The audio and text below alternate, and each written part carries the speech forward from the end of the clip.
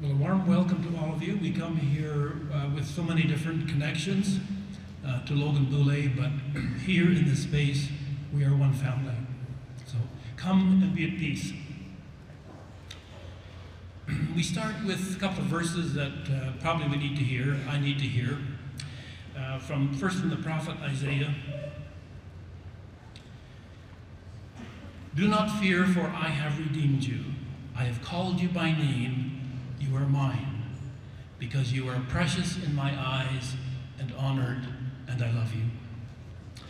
And then from the Gospels, now may the Lord of peace give you peace at all times, in all ways.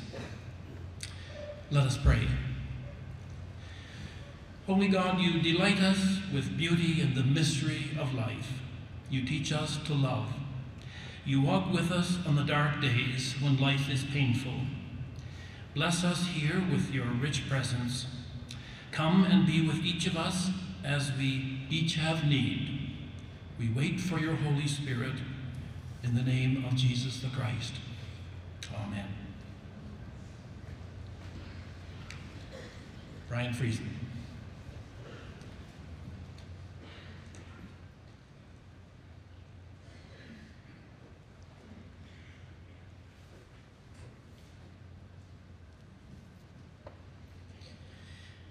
The Lord is my shepherd, I shall not want. He makes me lie down in green pastures. He leads me beside the still waters. He restores my soul. He leads me in the paths of righteousness for his name's sake. Yea, though I walk through the valley of the shadow of death, I will fear no evil, for you are with me. Your rod and your staff, they comfort me. You prepare a table before me in the presence of my enemies.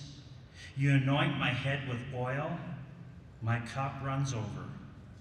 Surely goodness and mercy shall follow me all the days of my life, and I will dwell in the house of the Lord forever. John 15, verse 9. As the Father loved me, I also have loved you. Abide in my love. If you keep my commandments, you will abide in my love, just as I have kept my Father's commandments and abide in his love. These things I've spoken to you, that my joy may remain in you, and that your joy may be full. This is my commandment, that you love one another as I have loved you. Greater love has no one than this, than to lay down one's life for his friends. I was at the church that night in Nipawin as Toby and Bernie were the first parents to arrive.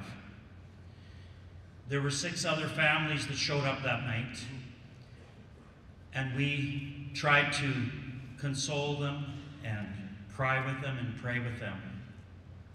We also got the phone numbers to the hospital, and I just can't imagine how difficult this is for this precious family. I was there at the hospital Saturday when Toby and Bernie came out, and Bernie said to me, she said, I got to feel Logan's warm body and hear his heartbeat. And the verse we just read in Psalms 23, yea, though I walk through the valley of the shadow of death, I will fear no evil, for you are with me. Your rod and staff comfort me. I believe these words are such words for you, Toby and Bernie. You've gone through the shadow of death. The Lord is with you, and he's here to comfort you. And I believe there's a special verse here. It was actually the verse 13 that is for Logan. Greater love has no one than this, than to lay down one's life for his friends. This is Jesus speaking, and he would not long after this, die on a cross for all of our sins.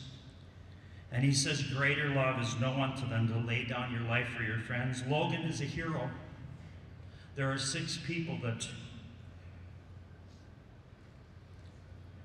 have him still living in them. He's a hero. And I know you're proud of him, and I'm proud of him too. Continue to pray for this precious family.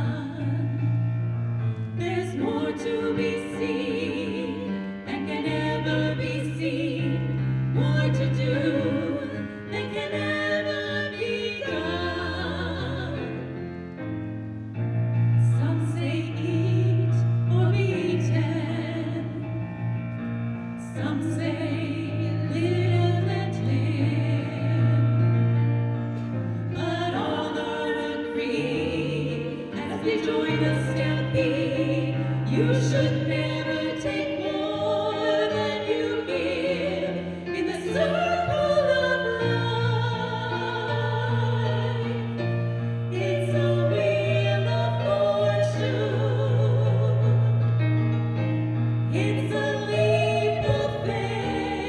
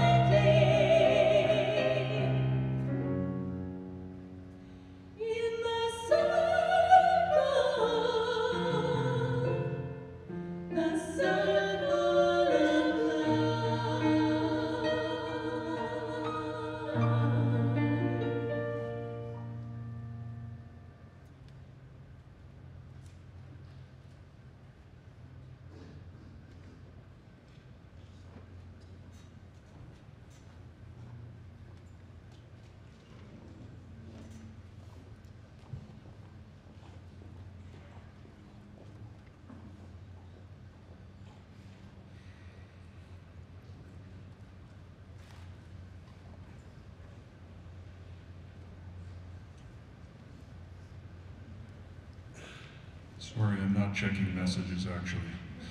Just trying to get this, okay.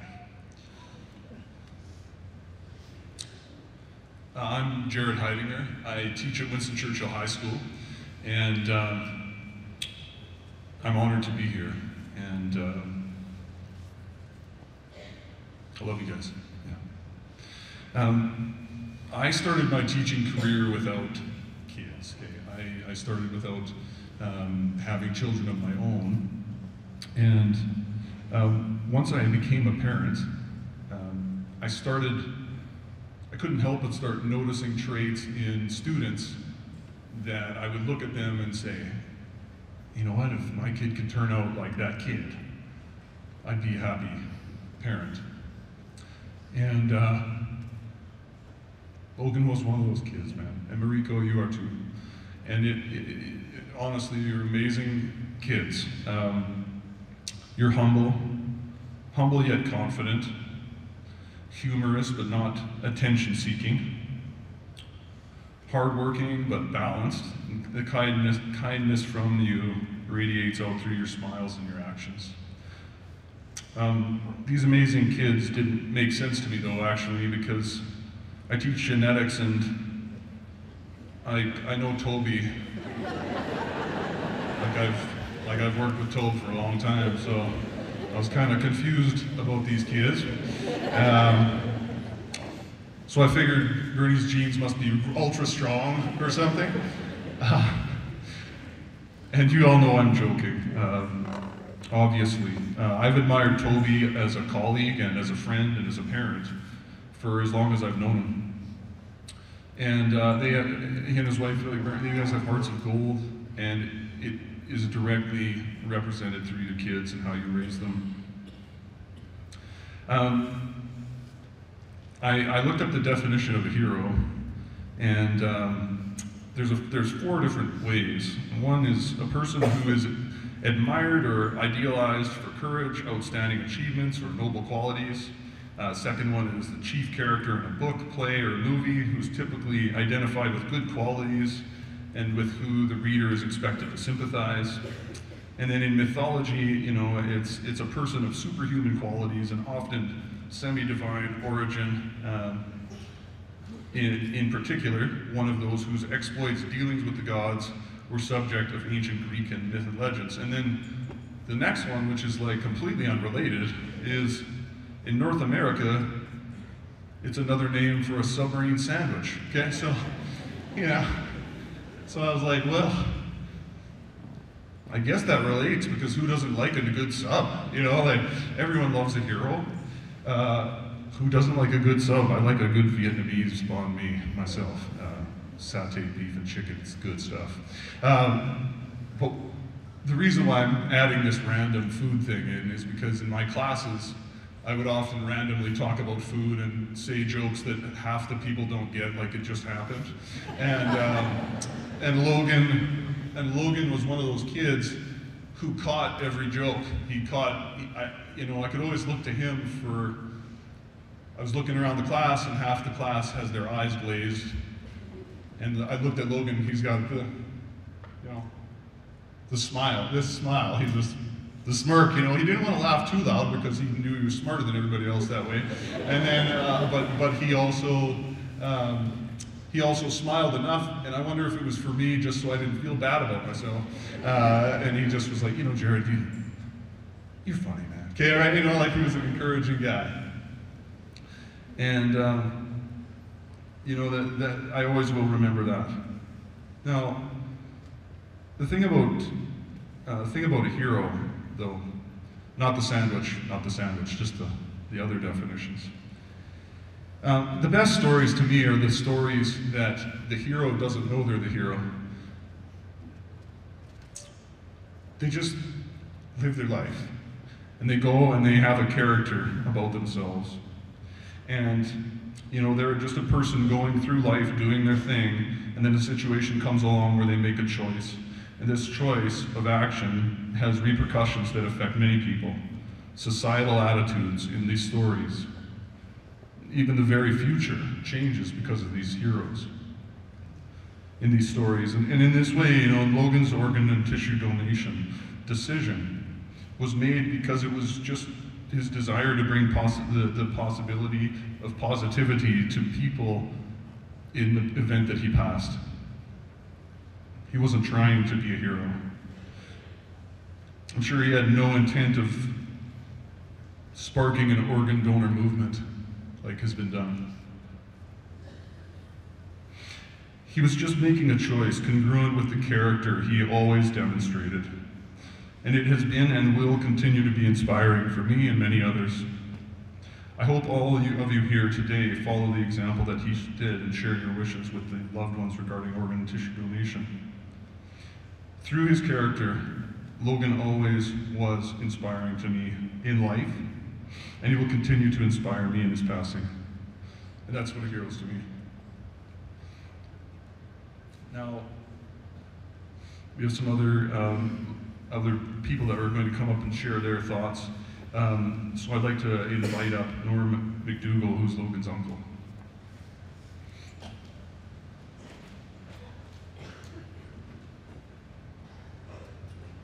One thing as well, just in case, just so that you know, we want, I'm sure these will hit you close to home. The family, we've asked that there's no applause until indicated.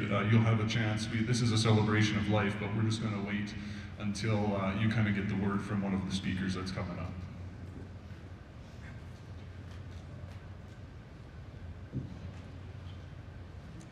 Hello everyone, it's nice that you're here.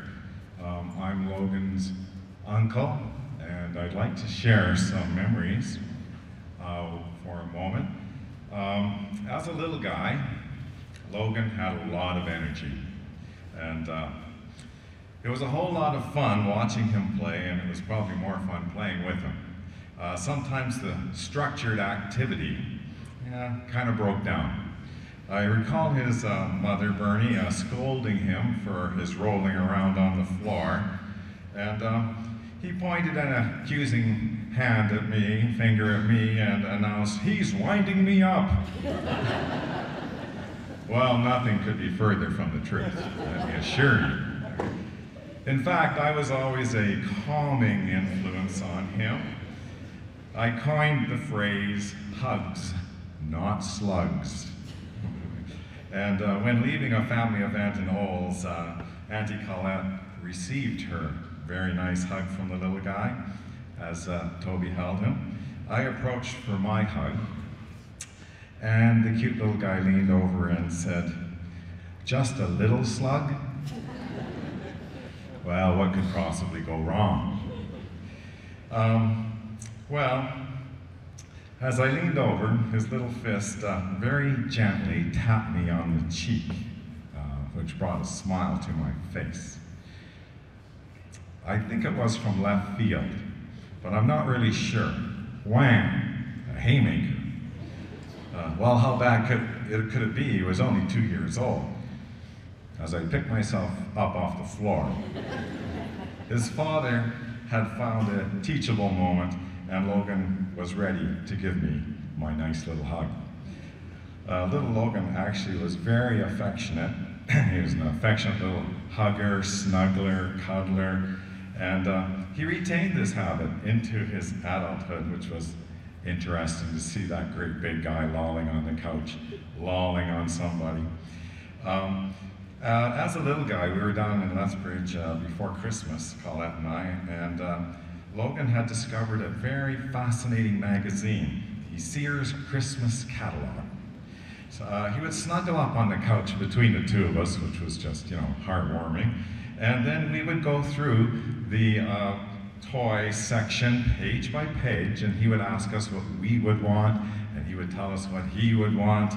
And we did that page after page and several times. And always at the end, he would say to Auntie Colette, "You can get me whatever you want, just as long as it's the big package." Well, Christmas traditions are big at the Boulay house in Olds. Everyone gathers around the living room, presents are handed out, so everyone has a nice pile, and we begin to open one gift at a time, starting with the youngest person. Logan, being the youngest, liked the start of this tradition. He had a huge pile of presents in front of him. He selected one and happily opened it, expressed joy and thanks. Then he reached for the second present. Bernie stopped him and explained that we needed to take turns, and it was Mariko's turn next, followed by the rest of the cousins and the adults before he could open his second present. He listened to his mom, as he always did, and as Mariko started opening her present, he put his chin on his fist, and he little guy, and he muttered, I never. Okay, well, Colette and I reflected on that memory, and we realized that that was actually the only time that we could remember him actually grumbling. He was so always positive, smiley, happy. Logan and his family have done an incredible amount of traveling, lucky kids. One trip to Barbados was with our daughters, Selena and Aaron. Logan was wonderful, was a wonderful little swimmer, and he was in the pool a lot, and he invented a superhero, Dolphin Man. So my grandsons, we might carry that one on, Dolphin Man. Another trip to Disneyland brought up a couple of interesting memories. Logan had seen an actress on the street dressed up as the Wicked Witch in Snow White. Now, that animated classic is particularly scary for kids. And when Logan and Mariko were staying with us, he was having trouble getting to sleep because various shadows in the room reminded him of the scary witch's pointy hat or pointy nose, etc. We removed pretty much everything from the room that could cast a shadow. And he explained, and I explained to him, that the witch was a cartoon. It's simply a drawing on a piece of paper. That didn't fly. He exclaimed, I saw her and she was real. And the way he held his finger like this, Colette and I would just burst out laughing because I guess she must have been hiding around a corner or something.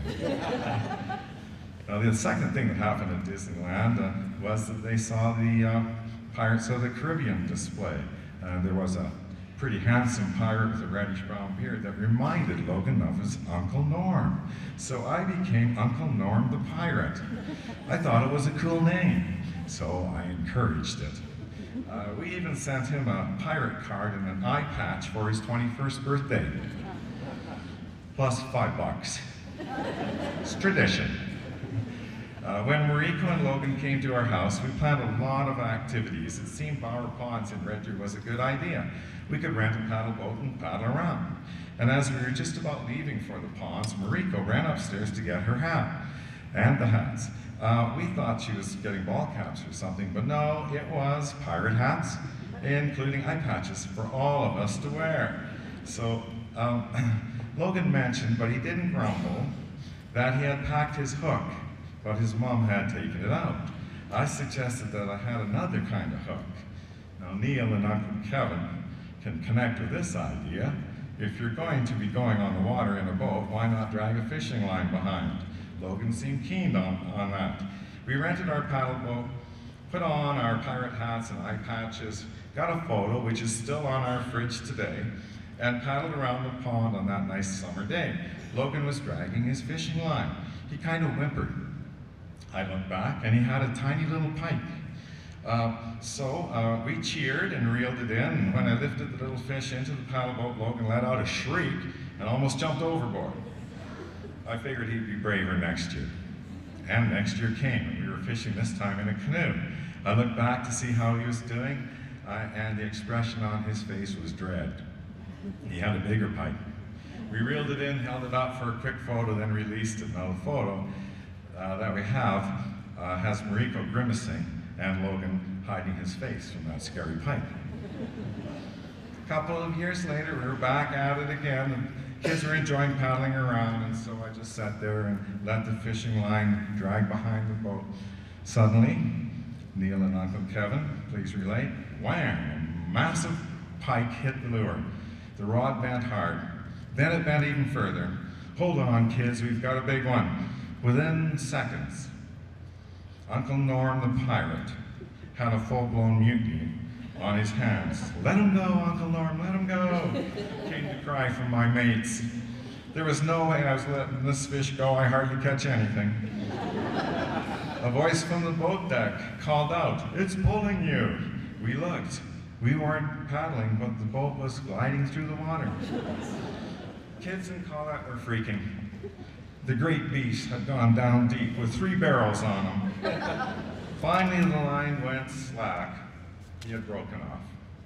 A couple of weeks later, the local paper had a picture and a story about a huge pike caught in Bower Ponds. I think it was 17 pounds.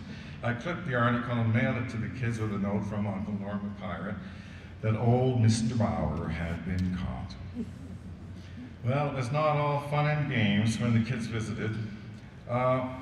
With one day left in their holiday with us, the flooring people called to say they needed to move up the schedule. Okay, when? Tomorrow. Tomorrow? What? Yep, we need to start tomorrow. We need to rip out the carpets, pull out the staples, and remove the baseboards by tomorrow morning, or we will have to reschedule you to October or November. Okay, kids, we got a job to do. They really took to it. Ripping up the carpet was fun, pulling out the staples was the hardest. Logan picked a tool he soon called Works Doesn't Work. Any ideas what it was? Pliers, you know, at the hinge. Works doesn't work. Okay, next were the baseboards. So Colette and I were discussing how we're going to get these things off, and suddenly we noticed that the skillful little fingers of Logan had begun pulling the baseboards off the wall with his bare hands. Well, we got that done and went for ice cream. Only one small problem that evening. Pretty well the whole house was a disaster, so we had to camp in the family room on foamies, and that was fun. Pretty much everything about Logan was fun. I enjoyed watching him help his father demonstrate front row technique at the kitchen table. And so there's Toby saying to his son, "Get up here, stand up here, turn around." "Well, not that way, this way." The 14-year-old skinny kid is like cringing, and from his little voice is, "No, no, no." And yeah, he loved to help in the kitchen with the big family meals, stirring, chopping, peeling, flipping, washing. Well, maybe not the washing part. But like his dad, he was very handy in the kitchen. Could you throw me my water bottle, please? Sorry.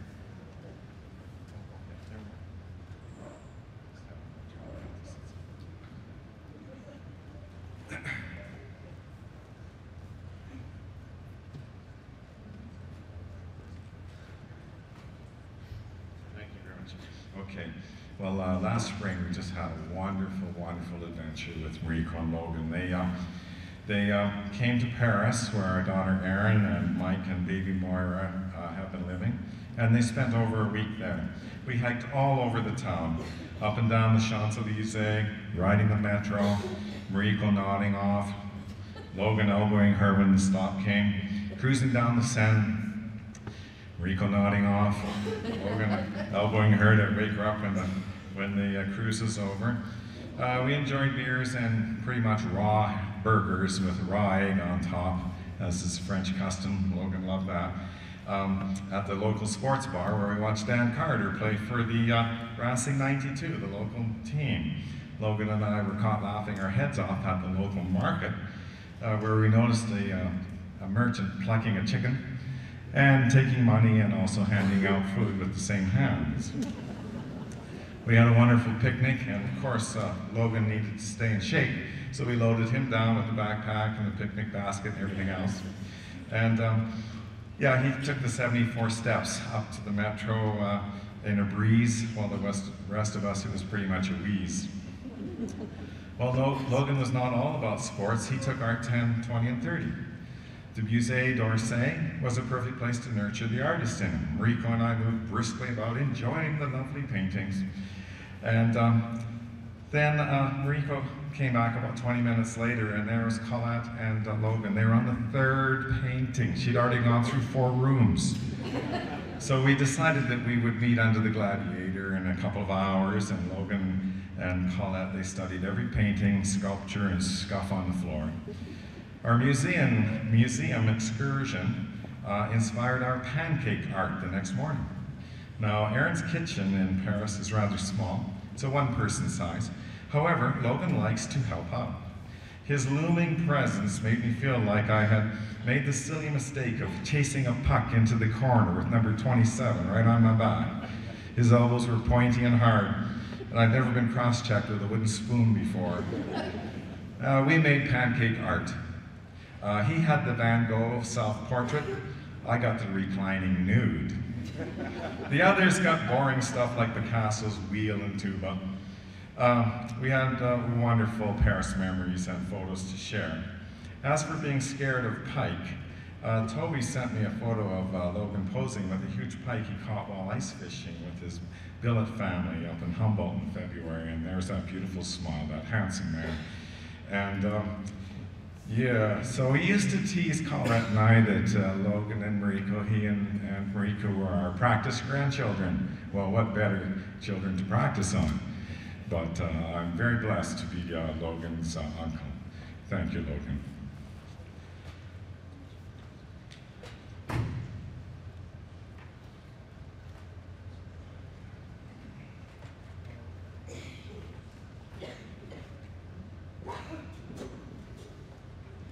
Sure.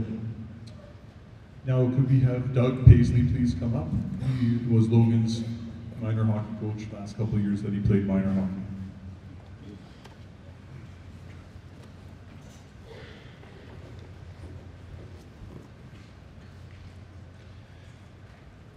Good afternoon. I'm honored to have been asked by Toby and Bernie to give you some insight and tell the story of Logan Boulay and the hockey player that I had the opportunity to coach in AA midget as a 16-year-old and AAA midget as a 17-year-old. At the time, I didn't have a lot of background on Logan personally. He tried out, when he tried out for AA midget, I had watched him play the previous season on the minor midget 15 AAAs, and I knew where he ranked among the defensemen on the team. We had spoken to the coaches that had him.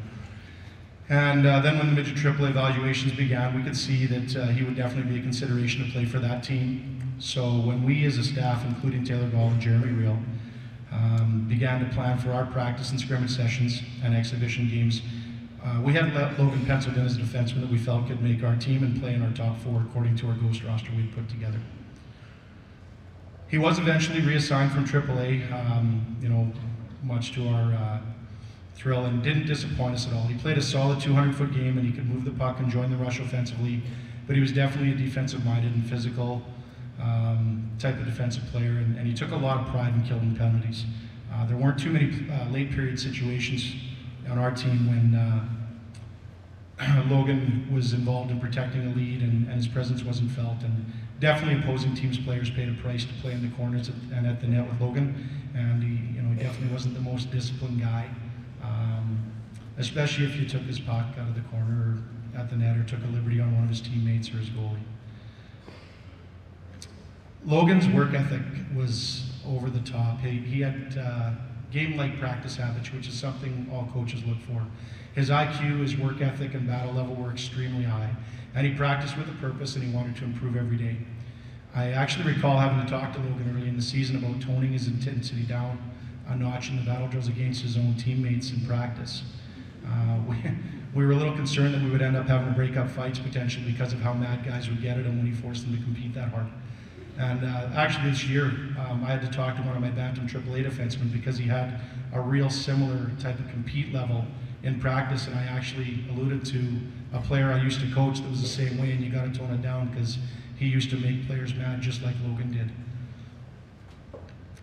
We had a lot of success that year, and Logan made a significant contribution to the team winning a midget AA provincial title up in Edmonton and ultimately winning the South Central Alberta Hockey League Championship in Game 5, I might add, in the best-of-5 series against Red Deer.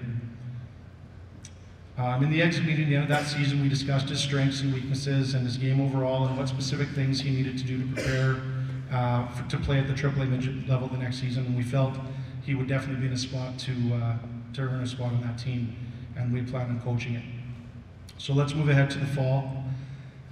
Logan was back from his junior A camps to join the midget AAA tryouts and was bigger and stronger and ready to play major midget after a productive off-season. And again, we thought that Logan was definitely in a position to make the team, and we felt he would have had to play himself off the roster based on the depth chart that we had created and where we felt he would fit in as a 4, 5, 6 defenseman. Logan had definitely improved over the summer and looked comfortable out there, and we decided he would be in the similar role as the previous year and contributed by playing against the other team's top units to shut them down and kill penalties and be a physical presence for us. The season started and Logan was in his element, and he had picked up right where he left off. He was able to handle the faster pace of play and the size and strength of the AAA players he was matched up against while earning the trust of his new D coach, DJ McDougall. 7 games into that season, the team actually sustained an injury to one of our veteran defensemen, and it turned out to be worse than originally diagnosed, so we never added an affiliate and just played with the 5 guys, which meant more ice for Logan. I looked through all my old stuff, and you know, I'm kind of a pack rat that way. I don't give anything away and I don't throw it out. And I actually have a copy of the goal-setting questionnaire that Logan filled out for me mid-season. He identified how important his defensive game was to the team and what was expected of him, and the PK, and you know, he had a very strong self-awareness. But he also made a point of saying that he needed to step up and work harder to get out of his comfort zone, and he was going to see more ice on the second unit power play and needed to play with more confidence and recognize the importance of his improvement to help his team. Our highlight that year was being invited to and winning the Kelowna International Major Midget Tournament in mid-January. When I look back through my paperwork and my score sheets, Logan was a warrior for that team in Nikimit. We played 7 games in 5 days. We were injured going in. We had just come out of the Max tournament 2 weeks earlier. And we were banged up. We had 9 forwards and 4 D-men most of the tournament due to injury. His fitness level and his ability to shut down the opposing team's top guys, win his loose puck battles, kill penalties, and play the right way were all huge factors in us winning that championship and the prestigious Memorial Award, which was given out to the most respected team for the way they played, the way they handled themselves, the way they competed and did it disciplined, which was given out by the referees of the tournament. So Logan kind of epitomized a lot of those things, which, you know, you look back on what he brought to the table. You talk about a team guy and a team first, that was him. And again, his focus was defense, and he was team first. He never seemed to be really concerned at all with his individual stats or points. And again, I look back just to confirm what he did that year statistically. In the 40 league games, including playoffs, he had 1 goal and 5 assists. And the role was accepted. His ability to lead by example, play unselfishly and gritty in the hard areas made him a great teammate. And as I mentioned earlier, that opposing team's players absolutely paid a physical price to go to the net or into the corners with Logan. I know I had a couple laughs, and we as a staff got a kick out of Toby coming down with sticks. I think Toby actually had to dip into his savings that season to replace at least 15 broken sticks that year. And I don't think I remember one of those sticks being broken on the inside of the blue line of the offensive zone.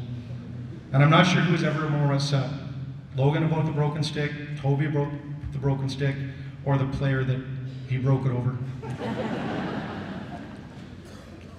At the end of that midget season, we had our exit meetings, discussed Junior A camp invites and what his options were, and we definitely felt Logan could make the jump to play Junior A Tier 2. We suggested that the SJHL was the league that most suited his style of play, and he agreed. Logan went to Kindersley and performed well at the spring camp in early June, and he was offered an opportunity to sign and commit to the Clippers, which he did. After another strong offseason, he went back in great shape and officially made the team in September.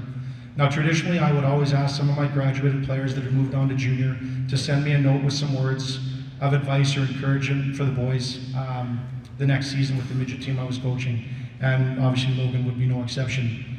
So I asked him to send me a text before our first game, and we were opening the season against Red Deer. We always had a good rivalry with Red Deer. And I asked if he could shoot me one for the boys. So I still have the text on my phone, and here's what he sent me. Stay focused on the team system. Play your role and perform your fullest. Last year, I would say I was the number 3 on the depth chart, and this year, I am a 5'6" guy when I play. So when you get your opportunity to step on the ice, you need to be the best you can be. Take it one shift at a time and stay positive.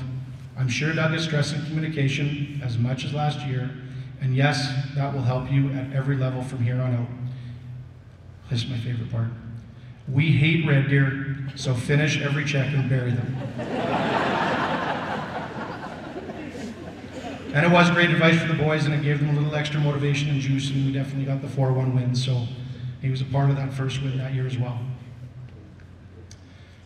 Logan continued to take advantage of his opportunities, and I remember discussing with him in a text, just saw him play a good game and saw he had an assist and sent him a text to say seems like things are going well, and he responded to let me know that the team was down to 70 and he was getting more ice time and doing well.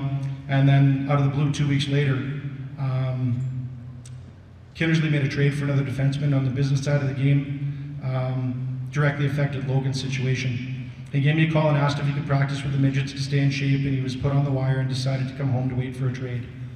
He skated with us for a week, and I remember him texting me before Thursday's practice that week to let me know he was bringing a case of beer for the coaches for after practice as a thank you for allowing him to come out and skate. And I know it meant a lot to him when I asked him to stick around to have a beer, just talk hockey with us, and enjoy our time. Ultimately, 2 days later, on that Saturday, Logan sent me a text to wish us luck in our game against the Flames and informed me that he got a call from the GM in Humboldt and confirmed they needed him to be there for practice Monday.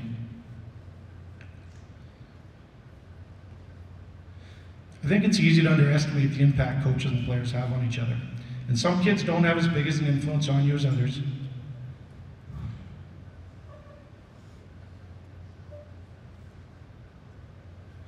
But Logan was a player that made an impression on me.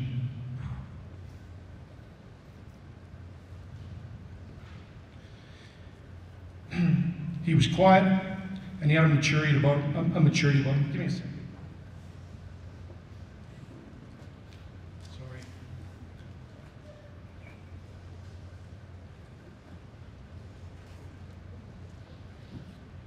Let me start that over. He was quiet, and he had a maturity about him, and you could have an adult conversation with him. His level of intelligence made him a hard guy to mess with on a fun level, but he had a great sense of humor and was very quick-witted. He had goals, he had direction, and he knew what he wanted to do. I will miss him coming back to skate with our teams at Christmas breaks.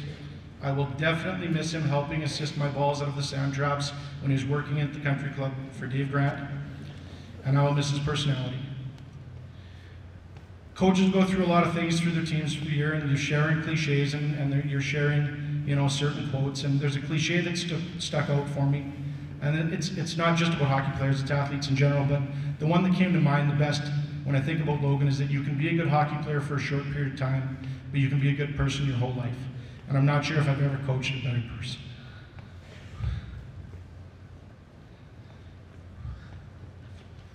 Thanks. Rest in peace.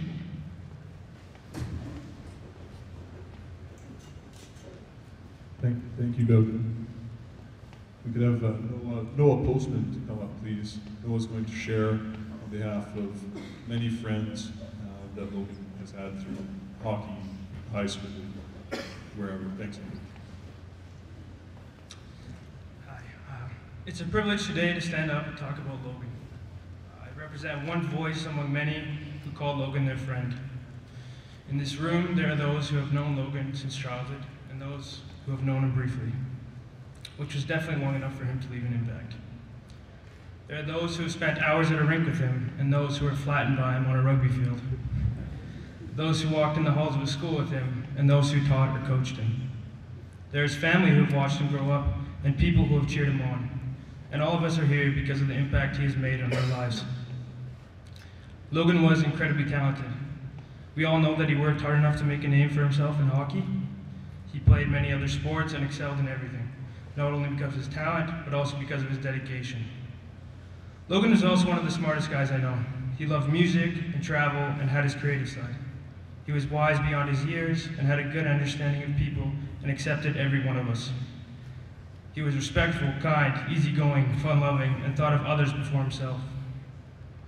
Logan had charisma and was one of those guys that everyone liked. It was a privilege to be his friend. It's in times like this that you realize Logan was a memory maker. The other night, a group of us friends sat around telling our Logan stories. The one that stuck out to me was the time Logan was in Cuba and his TV ended up catching on fire. And we remember Jace telling us that he was running up and down the halls yelling fire until he realized that he needs to be yelling fuego instead. There were trips and camping weekends and memories. There were epic stories of games, whether that be hockey games, board games, rugby games, and games played at the ping pong ball and red solo cups. Logan was always up for fun with the best sense of humor. We will all remember that infectious laugh and constant smile. He lived life squeezing out all of the goodness. Logan was an influencer, a guy who had a unique mix of gentleness and drive. He worked hard, played hard, and loved it all. He always wanted people to be the best version of themselves. He had a quick wit, but it was accompanied with kindness. He modeled the way a man should live. He influenced everyone around him by living with integrity and positivity. And like any good influencer, he was always willing to be influenced. Looking around the room, you see Logan's teachers, coaches, parents, and friends. He wanted to learn from others. He was confident but not arrogant, self-aware but not egotistical. He had humility and was always teachable. Logan is the friend everyone wants to have, the person you hope your son will grow up to be like. He was sincere and genuine. He was calm and even-keeled, and seemed to be everyone's confidant. He was fiercely loyal, especially to his brothers on the ice, or on the field, or in his circle. He will always be a part of us, one of the boys. He was not just a friend to us, but a brother. Logan is a hero. The world is now aware of what an incredible man he was, but those of us who watched him live his life know that he always was. Our lives are better for knowing you, Logan. Love you, brother.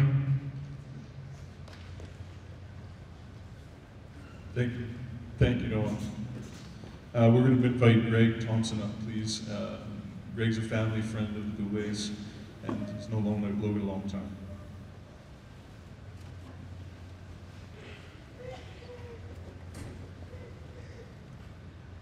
Hazer was over there giving me advice on how not to cry.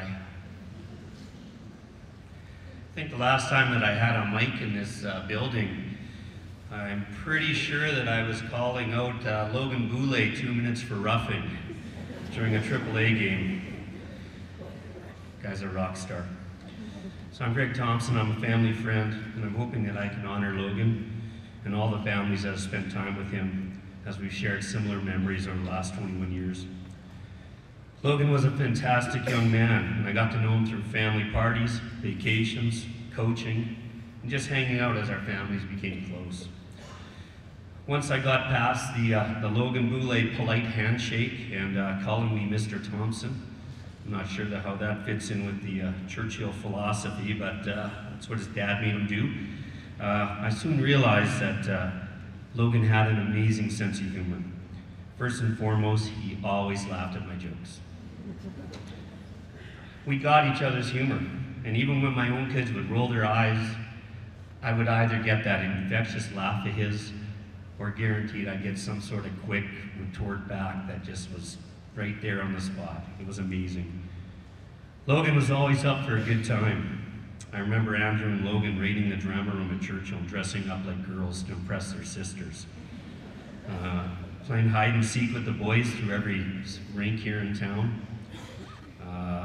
Going on hikes in paradise where they'd head down to the secret fort, the hidden fort, or either to the volcano. Some of my favorite memories were watching the pack of kids running around at the annual Boulet Canada Day barbecue. And regardless of the game or the activity, Logan was always in the thick of things. You see, he was your wingman. He had your back, and you could rely on him. He made sure that everyone was included, and I've heard that so many times. He had you included, and it was unconditional. See, Logan was kind, and he had the ability to build lasting relationships, and those are two attributes that I firmly believe are necessary as he was going to head into the teaching profession. In 2005, Logan met his extended family, and they were called the South Country Outlaws. They were a social club, and a little bit of hockey was played on the side. Logan was adopted. His adopted family would have him camping at Henderson Lake, Little Bow, Strathmore, included some vacation destinations around Canada and the US, and Logan and even some of the families ended up in Mexico and into Europe together. Food and fellowship were always at the center of the family. If you notice in your bulletins there's a picture of him with his lobster. It was putting pork into the ground, all sorts of great times. Logan had 20 adopted moms. They doted on him. They made sure he had meals and support. They taught him things like turning your shirt around backwards when you're eating pasta. And that way when you turn it back again and put your jacket on, nobody can see the stains. He had 20 dads. They were his adopted dads, and that's where he learned that all embellished truths and crazy stories should be told late into the night around a fire with a case of beer. One morning, Logan actually said to his dad, he said, "Dad, why does Mr. Beer still have on the same clothes he was wearing yesterday?" I think he figured that one out a few years on his own. From his adopted siblings, he learned the power of family and love. And he did that during airsoft wars and baseball games and tubing behind the boat, sleepovers, and near injuries on a makeshift slip and slide. I think he learned most what it was like to be a team. Probably when we played Quebec, I think he learned a few choice words that game too. The last time I spoke to Logan, it was on Family Day. Man, is that fitting. I was in the Albert Peterson Arena to watch the formidable nationally ranked Milford Mustangs lose to the Broncos. Not cool. Logan was out with a day-to-day upper body injury. I think that's what they call it. And we were able to talk a while before the game. I didn't want to talk to him after the game. Among other things, he asked me how my new job was going. We talked about his aspirations of becoming a teacher. We talked about the boys heading down to Cabo this summer. And as I walked away, it hit me. "Well, Pazer, you didn't do a good job on this, man." As I walked away, it hit me that I could carry on a conversation with this guy, and it was give and take, and that he wasn't a boy anymore, that he was just a remarkable young man. Rest easy, Logie. I'll miss you.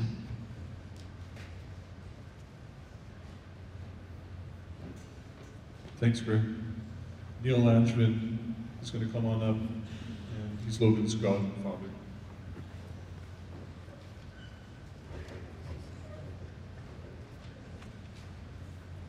I'm a little bit shorter. Oops. Also might need some glasses. What a week. What a week. I'm very similar to Toby. We both married women with Japanese descent, and we also both have a French gene in ourselves. And so we're criers and huggers, and I'm so impressed with my friends this week. Been wonderful. Okay. So this is about Logan for us as Godfather. I've been lucky enough, I've got to see Logan in other roles than just as Godfather. So this kind of goes all over the place. There's something going to be a little bit different for a funeral. People try to call it a celebration of life, and I'm hoping to do that today. I get to coach a wonderful group of young women, the Pronghorn rugby team, and I do talk, Coach Paisley talked about roles. We talk about roles all the time. We say it often, that we ask you to play a role. You might not like that role that you're given in life at that time, but we ask you to accept it, and not just accept it, we ask you to excel in it. And you've heard people talk about Logan's character. He excelled in every role that he ever took. You've also heard things, in different roles in hockey. He didn't always like all of those and didn't really just accept them. He excelled at them, and he tried to change his plight. The way he treated my family is and others is the trait that everybody talks about, and it is the trait that I'm thankful for, that Logan has given me as a great example to live my life. As Toby had mentioned in his interview, sometimes we struggle to strive that, but Logan really has set that example for us all of how to live our life. One thing is really clear, and you've heard this, you can't really pigeonhole him. He's not just a hockey guy. Logan's a great guy. He's got many different roles. So he's an academic, Jared alluded to it, G.S. Lakey honor roll, Churchill. A lot of people do understand, but I really want to emphasize, he is such an intelligent young man. I was so excited to hear that he was going to go to University of Lethbridge. He was going to be a wonderful academic and an eventual educator. his role as a friend. A scourge that I see in our society sometimes is the constant need to label others, to divide them, to classify them. Logan never felt that need to label others. He always treated everybody well. Not always, but almost all the time. Both my sons, Cade and Carter, they love sport, and both played hockey. My oldest son, Cade, is a solid athlete, and who being a year behind Logan, and not as talented as hockey player, he never played on the rep teams with Logan. But that sure never stopped Logan from treating his buddy, Cade, really well. And he always asked Cade about his hockey experience, never made it just about Logan, the rep player. He was a wonderful brother. It was always a treat to watch Logan come out and watch my youngest son, Carter, play hockey. Logan was always proud of his little brother and always tried to share some of his wisdom how to play D. Carter sure didn't get the slash and cross-checking, keeping out the front of the net. Carter was a little bit more mobile defenseman, but he always loved getting advice from Logie. As I mentioned, he was a big brother to Carter and Cade and my godson. Like Norm, I roughhoused quite a bit with Logie. After he was about 4, I made sure that I always had my head up when I came around him. It was pretty evident that, yeah, I could get lumped pretty quick around him. Norm talked about his punching, and yeah, I made the mistake a few times of, give him a shot in the shoulder and letting him give me back. That's not a good idea, even all the way that kid could pack a punch. He was always a great godson for Carla and I. He always said hi, always had time for us. He had time for everybody. That was the amazing thing, and he never made it look difficult. He just did it. He was really fun-loving. This is a weird story. Part of my role, I was with Logan at Churchill, where I was a vice principal. And Logan at one time in his high school, even though he's had a beautiful girlfriend, he was in between girlfriends at that time. And so I was trying to be a really nice guy with Logan, and I said, well, hey, I can help you out. Would it be okay if I got on the announcements and actually told everybody in the school that you needed a girlfriend? And Logan was like, that sounds like a good idea. So, as it tends to be with some of my jokes, the first day was kind of funny. The second day it got a little bit stale, and by the third time I got the word, okay, let's stop this. But Logan loved it. The other thing that all the neighbors in Paradise Canyon, Logan also had a mischievous side, and so for the last 15 years when you were getting the Nicky Nicky 9 doors, that was Logan. He was at the lead of that. Other sports. He didn't just play hockey, he played rugby. It was interesting. I know his dad and got to play with his dad. And, the personality that Logan played with was to be expected after seeing his dad play. But unlike his dad, Logan actually ran with the ball once in a while and passed it. It was really good. He was talented. Now, not as really well known was Logan's participation in curling at Churchill. I never got to see Logan play, but imagine he did it with a big smile. I'm not sure, though, if curling actually had a penalty box to deal with Logan, with the feeling that he had to need to clear out the opponents in the hack. I can imagine it got quite violent on the ice there. Logan would do anything to help his team. He had incredible drive. In an incredible speech, Toby and Bernie talked this week about the training and the story behind the organ donation. And just to know that drive, they told the story of my friend Sluggo, who passed away last year, and training Logan and some of his friends. And just to think of it, what a pair. A passionate, charismatic coach who was a master motivator with a kid like Logie with an incredible drive. They did wonderful things together in a short period about not just fitness. Logan really learned a lot. Logan always knew really what he wanted. Logan was incredibly passionate. His good-natured personality also had an edge. He talked lots about hockey. Well, Carl and I always made sure that when we came to watch minor hockey games, he got to watch the whole game. And that was because Logan was likely to have to sit off the ice for 2 to 4 minutes every game. And you got to make sure you get there to see all of Logan's time. Another story that I saw Logan when I was working at GS Lakey, he actually got into a fight.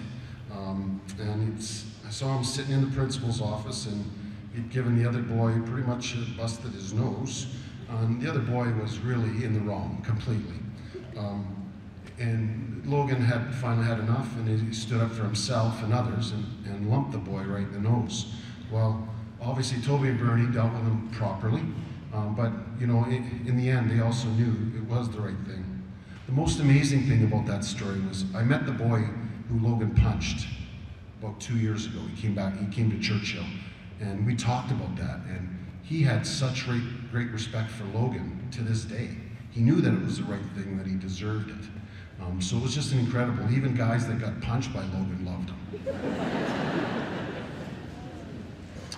him. Now, each of us have grieved in different ways. Like I said, it's been quite a week for Toby and Bernie, the Higos, the Boulets. My heart goes out to you guys, to our community, to Logan's friends, to everyone who's being impacted by this devastating tragedy. When I was at Lakey, we read a book as part of the incredible One School, One Book project. That was pioneered by lots of great teachers at Bernie's school, and GS Lakey took it on. And one of the books, Logan wasn't at Lakey for this, is called Wonder. If you've not had a chance to read it, it's a great book. Now, the biggest trait that I think of when I think of this book is empathy. Logan was truly one of the world's most empathetic people. And I think it's fitting that we honor requests that R.J. Palacio, the author, had. And here's a quote. I think there should be a rule that everyone in the world should get a standing ovation at least once in their lives. Reverend Shillington noted that our grieving community has not used this Nicholas Sharon as a venue before this weekend. Apologies to the Hershey family. Now, this is a little bit weird. I thought since we're in a hockey rink, and Logan was a great hockey player, that it would be suitable for us at his celebration of life to cheer loudly to remember my godson and our friend and our son. I know each of us grieve differently, and if you're not comfortable in what I'm going to ask you to do, that's fine. Just grieve how you'd like. Just make sure you spend some time later and you cheer for Logan. And this is what I'm going to ask first. I'm going to put my hand up this way. I'm going to ask you guys to cheer Logan. This side, hopefully you're with me now. Boulay. Logan. Boulay. If you would help me. Logan. Boulay. Logan. Boulay. Logan. Boulay. Now if you would rise and give Logan a standing ovation.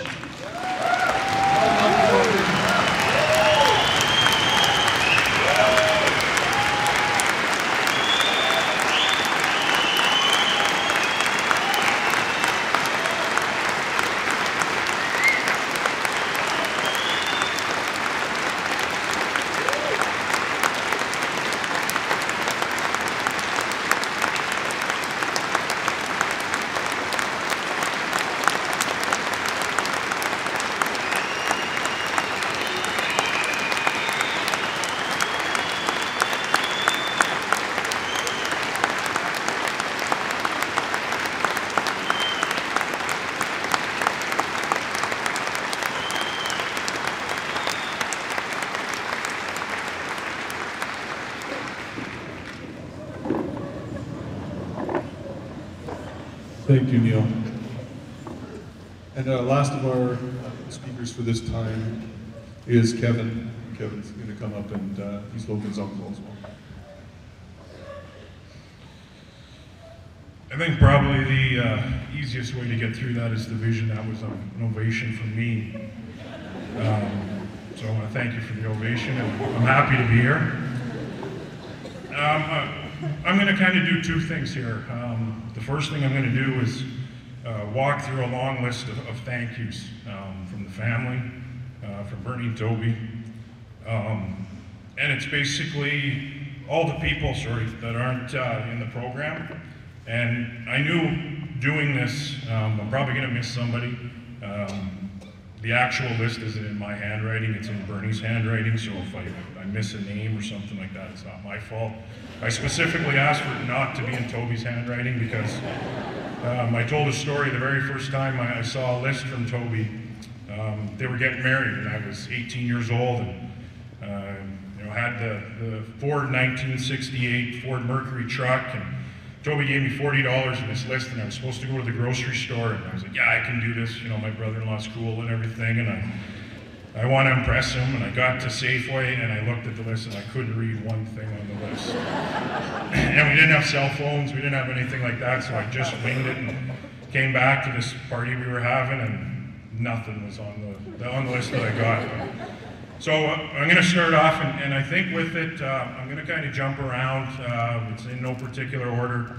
And with it, I'm going to try and walk people through a little bit of Saturday. And I was there on Saturday, and just try and give everybody a feel of exactly what happened. So the first people we want to thank, are the first responders. Obviously, they were the first ones to help out with Logan and the rest of the Broncos. Next up would be the hospital in Nipawin. That's where he went from the collision to the hospital. The next people we want to thank are the Royal University Hospital, especially the ICU in Saskatoon. The nurses, Jason Brenna, and Kathy, and which was the one in the purple? Brenna. I was going to tell a story of a real good moment I had with Logan. Then I was told it's probably not appropriate, so if you're hanging around after, I can fill you in on the story that Brenna really helped me with. We'd also like to thank the Humboldt Broncos. I believe Darren Dole is here from Humboldt representing them. And I have almost 30 years of junior hockey experience, and I can tell you there's no manual for what happened. So for what the Broncos did was unbelievable. Next up, we'd like to thank the Paulson family, Gavin, Natasha, McLaren, my hand-holding buddy AJ. We were at the vigil in Humboldt, and one of the pastors wanted everybody to hold hands. And so I was sitting beside AJ, and I reached out my hand, and he kind of looked at me and didn't really want to hold it. And when I held onto his hand, first thing he said was, I think there's a whole bunch of snot on it, because I've been crying a whole bunch. And but then after it, apparently he told his mom that it felt like Logan's hand, so I thought that was pretty cool. And Logan spent the whole time with the Paulson family when he was in Humboldt. But I did find out that minus one day, the first day he got into Humboldt, they put him in a hotel, and for anybody that's in junior hockey, you know how hard it is to find billets and everything like that. And I think actually it was the Paulson family not really sure they wanted to take him, so they sent him to a hotel, probably did the background check on him. And, but at the end of the day, probably the Broncos said, you have to take this kid. So we were real thankful, and guys that are involved in junior hockey, you know how hit and miss it can be with billeting, and we're real fortunate for the Paulsons to be here as well. We want to thank the Travelodge in Saskatoon. They were our home there for whatever it was. It seemed like a month, but I think it was 3 days. Obviously the city of Lethbridge for allowing us to have the ceremony here at Nicholas Sharon. We'd also like to thank Dr. Proby Elementary School, Winston Churchill High School, and Lethbridge School District number 51. Obviously all the friends, family, community for the food, floral arrangements, and support. You know, especially the food. The food's been great. I think I've had lasagna 3 nights in a row now, and still enjoying it. We'd like to thank the CTV Lethbridge, Global Lethbridge, and the Lethbridge Herald. It's been a real challenge the last week here with media, and we invited those guys into the house, and we're able to make the release or the statement that the family wanted to make. Obviously, the Martin Brothers Funeral Home. not something I'm real excited about. I feel like I could work at Martin Brothers. I've been there so much the last couple days. I came in the other day or yesterday to bring all this memorabilia stuff, and it felt like people call me by the first name, but they've done an unbelievable job. We'd like to thank Shayla for the photos in the memory book. We'd like to thank all the ribbon makers for everybody that got a ribbon when you came in.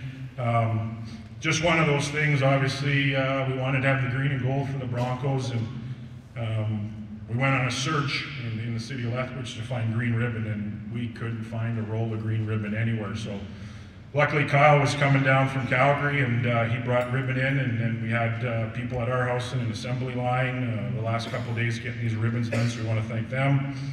And I also want to thank Charlotte and Lisa, the slideshow girls, or as I like to call them, the Japanese bouncers. They always seem to show up at Bernie and Toby's house about 10 o'clock at night. It was like they were clearing the house, and so we want to thank them. So that is my list.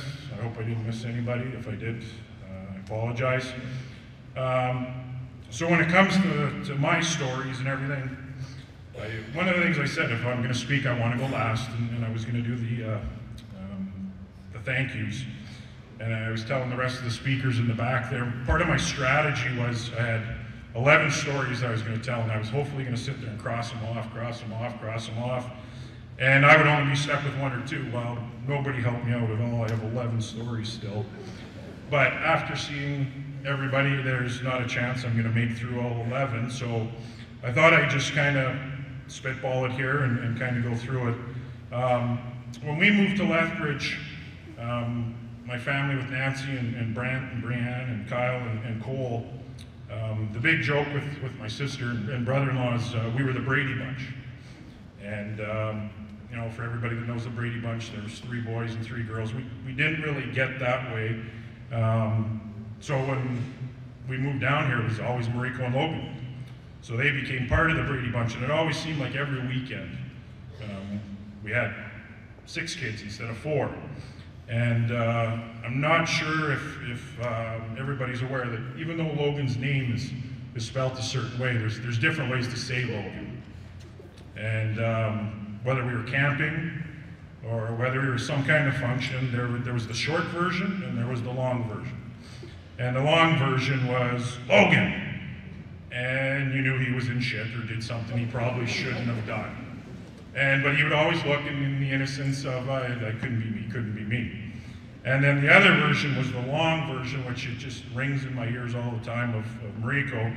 It'd be Logan. And at that time, he knew he did something he shouldn't have been doing, but he still did it anyway. And that was another, just a memory of him. And it's so nice how everybody was, Norm brought up how, you know, he had energy and he was a hyper boy or whatever. We like to call it, he was just full of piss and vinegar. And I remember talking to Toby when he was younger, and I said, there's going to be a point in time when he gets to junior hockey, and that piss and vinegar is going to be a good thing. And I think that probably helped him as he moved along. Another thing that I really picked out here was how everybody was talking about how intelligent he was and how smart he was and how good he was in school, which didn't really stick with our family because basically we called Cole and Logan Dumb and Dumber. And that was more of just the antics and the things that they did on a regular basis there. So, you know, I think one of the things is, it's great that he's getting the acknowledgement and everything, but, you know, and I'm going to relate to hockey a little bit here, that he really didn't have it easy. You know, it wasn't easy for him getting through Bantam, and then in junior it wasn't easy either. And we talked lots, and Toby would always call me and say, hey, I'm calling Logan's agent or advisor, and I think you've asked for receipts, that bill's coming in the mail here right away. But when things started to go south in Kindersley, you know, Logan was really down, and he didn't know what he was going to do. And so fortunate that he got to Humboldt, and things worked out there for him. So I got 2 more stories, and they're going to be a battle to get through here. So when we got to the hospital on Saturday, I got there, and Bernie and Toby were, you could see they were spent. and they were tired. And so I said to them, you got to go home, or sorry, to the hospital. And they went to the hospital, or they went back to the hotel. Sorry, I'm kind of all over the map here. And so I got to spend, Bernie wouldn't leave, and she wouldn't leave, and finally I said, I'll stay with her. And so we got her out of the hospital, and she went back to the hotel, and I think they got a couple hours of sleep. So I just sat there, and I talked to her, and that's kind of where my story comes in, but I'm not allowed to tell that one. But while I was sitting there with them, and I don't want it to sound bad or anything like that, but you can't even imagine that ICU. Like, it was just controlled chaos. And it was people all over the place, and everybody was trying to do what they could, but when you're there, it was, and I've told lots of people this story, the ICU was like a shoehorn, or a horseshoe, sorry. And in the middle was the nurse's station. And around it was just blonde-haired kid, blonde-haired kid, blonde-haired kid, for all the Broncos that were in there. But anyhow, I was sitting in there with Logan, and it really hadn't hit me yet of what he was doing, of donating. And the doctor came in, and she was pushing in this big machine, and first thing, I'm not sure if you see the resemblance or not, but I got asked if I was Mr. Boulay, and I said, no, I'm the uncle. And she's like, oh, okay, I just have to do an ultrasound on his heart. And he had machines all over the place, and all the machines were taking care of all of the organs that he was donating. So it was kind of crammed in this little space, and she came in, and you know, for all the hockey guys, they threw the blue jelly on her, and they were rubbing it and everything, and I got to sit there. And you know, for anybody that's seen an ultrasound of your child, it was the heart, and I got to see the heart. And they couldn't see one of his valves real properly. So we had to turn him a little bit, and we moved where the ultrasound machine was, and we got to see the heart, and everything was great. And you know how it is when somebody tells you, oh, your kid's great, but really they don't like your kid, or you know, your son behaves, but he doesn't really behave, kind of thing. She was all done, and she turned around, and she looked me right in the eye, and she said, that's the strongest heart I've ever been a part of for donation, which was pretty cool to hear. So, my last story is going to be a tough one, but, sorry. When the Brady Bunch would go on holidays, we went on one to Disneyland. And at that time, I was probably 31, 32. I was separated at the time. Nancy and the kids were still in Fort McMurray, I believe, at the time. And so Kyle, Mariko, Logan, my parents, and Bernie and Toby and I went to Disneyland. And Logan was 6, Kyle was 8, and Mariko was 9. And we had a great time. And you know, I was 30-something years old. I was kind of single, maybe not single. I wasn't real excited about going to Disneyland with my parents and my brother and sister-in-law and that kind of stuff. But you know, like it was maybe one of the best holidays I've ever taken. And I don't know how it happened, but somehow Toby ended up with this ear infection, and he wouldn't be able to make some of the day trips. And I don't know if anybody knows the passion that Bernie has for Disneyland, but we had this book, and we had to see everything, and we had a schedule, and you have to go to this Fast Pass, and you have to go to that Fast Pass. I still, to this day, think her ultimate goal is to go to the rope drop at Disneyland at whatever time it is in the morning, and we're like, we're not going to that. So we went there, and we got to a point where Mom and Dad were tired, and Toby wasn't there, and I think Bernie was running off doing something and had Mariko going to Fast Passes. So it was me and Kyle and Logan. And we went on the Indiana Jones ride. And so we get on this thing, and it's just a roller coaster in the dark. You're flying around, you can't see anything. And I look over, and there's Logan and Kyle, and they're staring at the ground. And we get it done, and I said, how was it? Oh, it was awesome, that was awesome. I'm like, you guys didn't even watch the ride. And, but it was great. So then we kind of were walking around again by ourselves, and we went to the haunted house. And so anybody that's been to the Disneyland haunted house, you get in that little teacup and you're spinning around, and when you spin around and you look at the mirror, you see the ghost behind you, right? So there's me, and I got Kyle on one side, and I got Logan on the other side. And Kyle had been on this one a couple times, so he was a wily veteran. He's staring and looking at the ghost. And I look in the mirror, and there's Logan, his head's buried. And I said to him, are you having a good time? Oh, this is great, this is awesome. So we got to the point where we'd spin him over, and you could see him poke his head up, and he'd look around. And then he knew when we were coming to the mirror again that there would be the ghost. So lo and behold, we get to the next mirror, and his head's buried again. And he was just a scared little 6-year-old kid. And the way I wanted to finish was when I sat in that hotel room or hospital room with him. And believe me, his heart was pumping the whole time. I looked at him, and that's the bravest thing I've ever seen. He was so brave, there wasn't fear in him, and he knew what was coming. He knew that, you know, at that point in time, he'd been brain passed, but he was so strong, and he just sat there. To see him as a 6-year-old, that was the proudest I've ever been of him, and definitely the bravest I've ever seen. That's the bravest man I've ever seen. Thank you.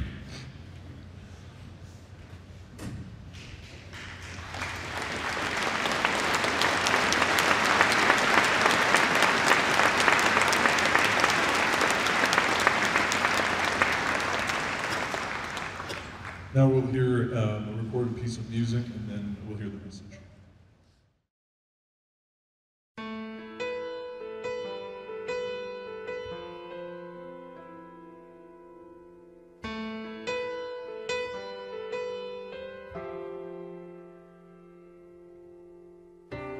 I came by today to see you. Oh, I had to let you know. If I knew the last time that I held you was the last time, I'd have held you and never let go. Oh, it's kept me awake nights wondering. I lie in the dark just asking why. I've always been told you won't be called home until it's your time. I guess heaven was needing a hero, somebody just like you, brave enough to stand up for what you believe and follow it through. When I try to make it make sense in my mind, the only conclusion I come to is that heaven was needing a hero like you.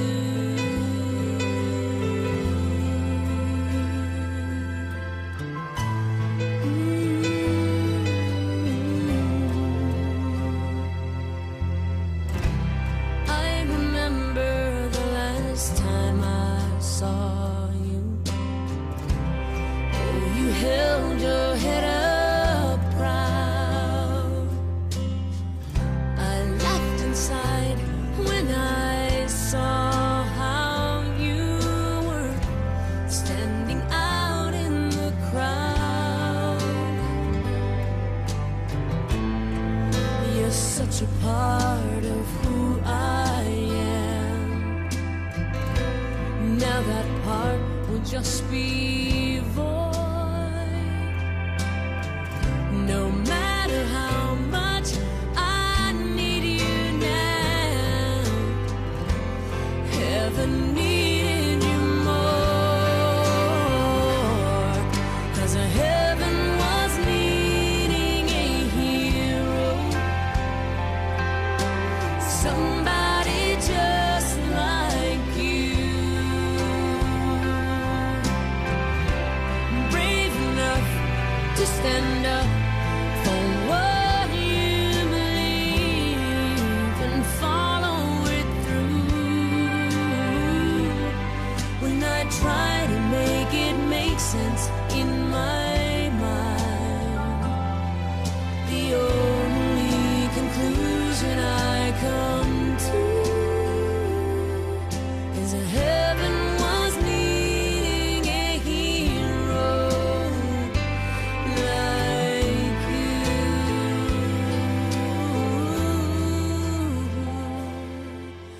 This heaven was needing a hero, and that's you.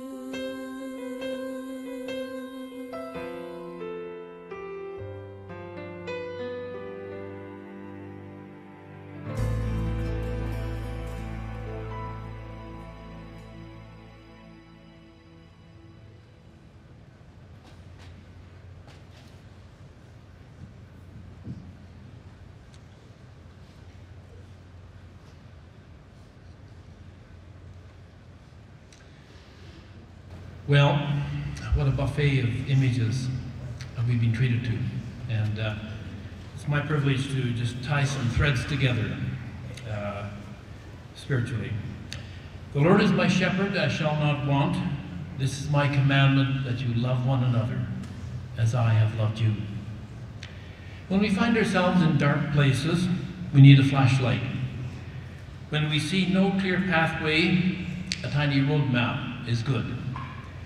When sounds of despair surround us, we need a melody of hope. So we hear these two familiar passages this afternoon as we lay Logan Boulet to rest. May both of these readings be a light for a dark road. I'm convinced they will show us the way home. Many have read the 23rd Psalm when they were walking on a difficult pathway. Even though I walk through the darkest valley, I fear no evil, for you are with me. I'm not sure what exactly the psalmist originally meant by that phrase, a dark valley, but I'm convinced that losing a son at 21 or any other age is a dark valley.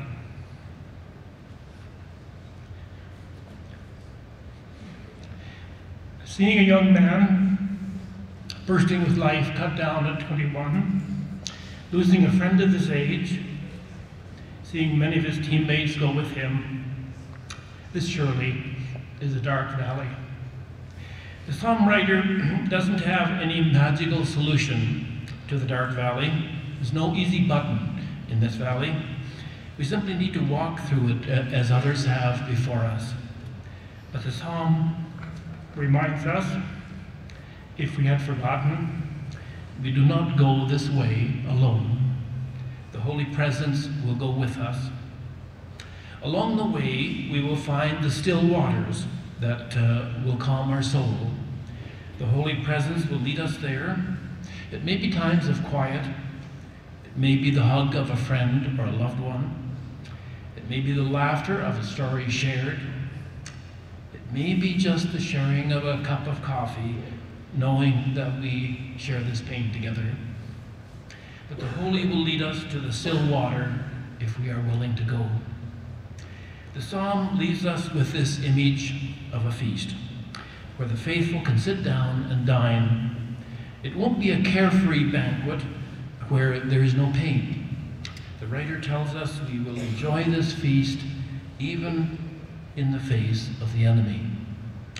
Many of you will have a feast of hugs before you leave here. When no words will begin to cover our feelings, we can hug. I'm sure Bernie and Toby will agree to just being here in the presence of so many caring people. This is a feast of a different sort.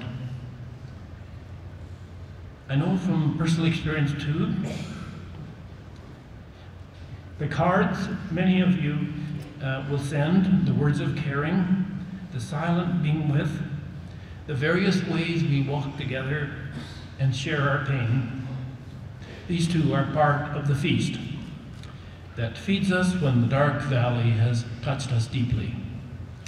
As we drink deeply of these signs of hope, we also need to hear the gospel words that Jesus offered his disciples in the upper room that evening before the crucifixion. It was a very awesome evening in which he shared those images of love. As the Father has loved me, so I have loved you. Abide in my love. This is my commandment, that you love one another as I have loved you. So the gospel invites us to dwell in a zone of love as much as possible. Are we wounded? Love one another. Are we tempted to be angry at truck drivers or doctors or the person next door. Love one another. Are we not sure where tomorrow leads? Love one another. In so many parts of our lives, we are not sure where we are heading, or how we should feel, or what we should think.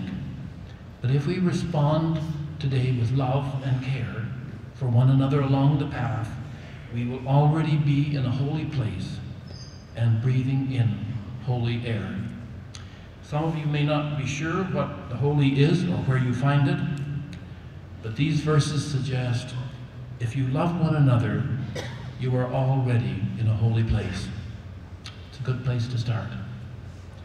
So we gather this day to remember Logan, to be thankful for his life, and to feel a bit the pain of this day.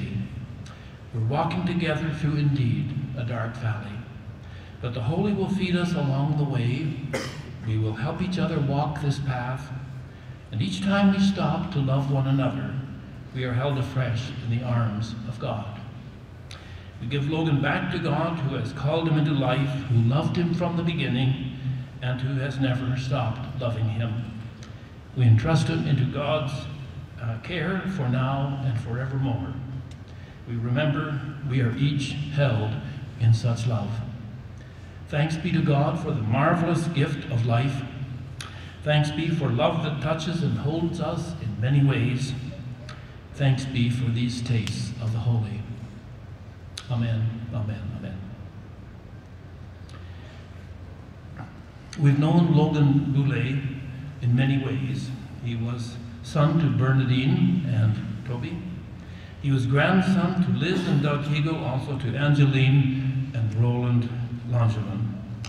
He was brother to Mariko. He was godson, I was told, to Julia Nagy, but also I gathered to Neil Langevin. He was nephew and cousin to many. He was a member of the Humboldt Broncos. Most of all, he was a child of God. Let us pray. We come before you, O God, with many different jumbled thoughts. We lift up our memories of Logan Boulay and give thanks for this time shared, for laughter and beauty and time enjoyed together.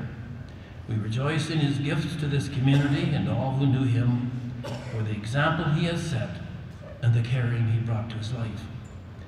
We lift up the pain of seeing his ending. We name our loss at the far too early close to his story. We lift up our fear that accident and tragedy may take others close to us. We bring our pain for your touch and healing. We ask that your Spirit may especially hold and embrace those who know deep loss this day. Be with family and close friends. Help us all to hold up and celebrate what is good, to let go of what we need to leave behind. O God, may you help each of us to be caregivers, to listen with respect, to hold our silence when it is right, to speak words of caring, and to simply walk with others in pain when we have no words to offer. Give us peace. Teach us to love more deeply. Hold us in vision and hope that you will make life new among us. All this and more we ask in the name of Jesus the Christ, who is risen and among us. Amen. Jonathan Dick.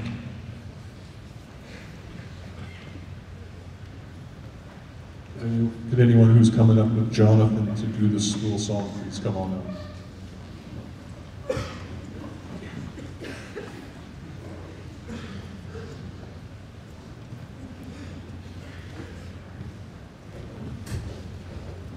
I'm quite convinced that none of you here want to hear me rip into a solo, so I've asked some friends of Logan's as well as some teachers to come up and help me out with leading the school song.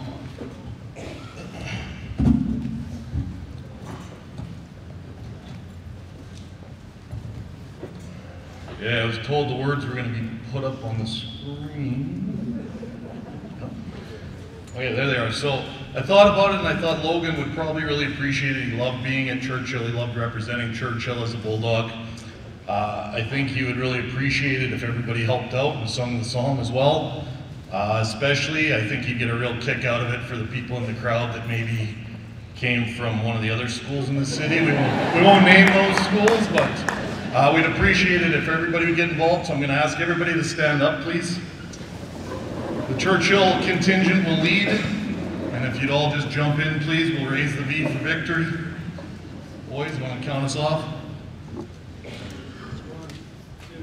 2, 3, 2, 3, 4. Churchill, we are proud to be part of your great family.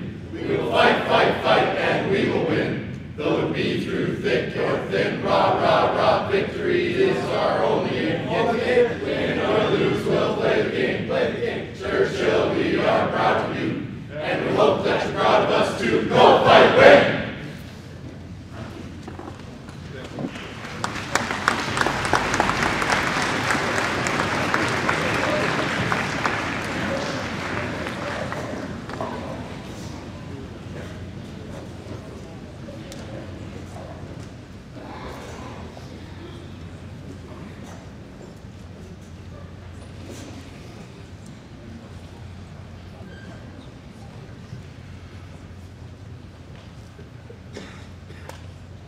Thank you. My wife Bernie has asked to make sure that you take the time to fill the cards for our binder we're putting together on behalf of our cousin Shayla. And I'm asking you on behalf of my family to take the time to stay. We're going to go bury Logan, and we're going to come back with Logan in our hearts. So please stay and enjoy. When we come back, it's almost a lift of our hearts. I've been to a few funerals and it feels better after. But I want to thank you. That's all I put out now is thank you. Take care of each other. Take care of people you don't know. Be a giver, not a taker. Service is the rent you pay to live your life. I can't ask for any more. That's how our son and our daughter Mariko live their lives. They're good kids. You all have good kids. Thank you very much.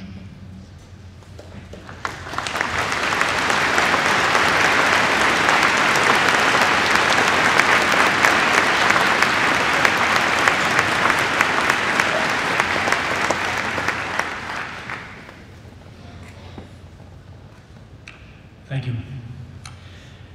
Go and walk daily in the love of God. Feast richly on the grace of Jesus the Christ. Walk from here in the strength of the Holy Spirit in us and around us. Go in peace. Amen.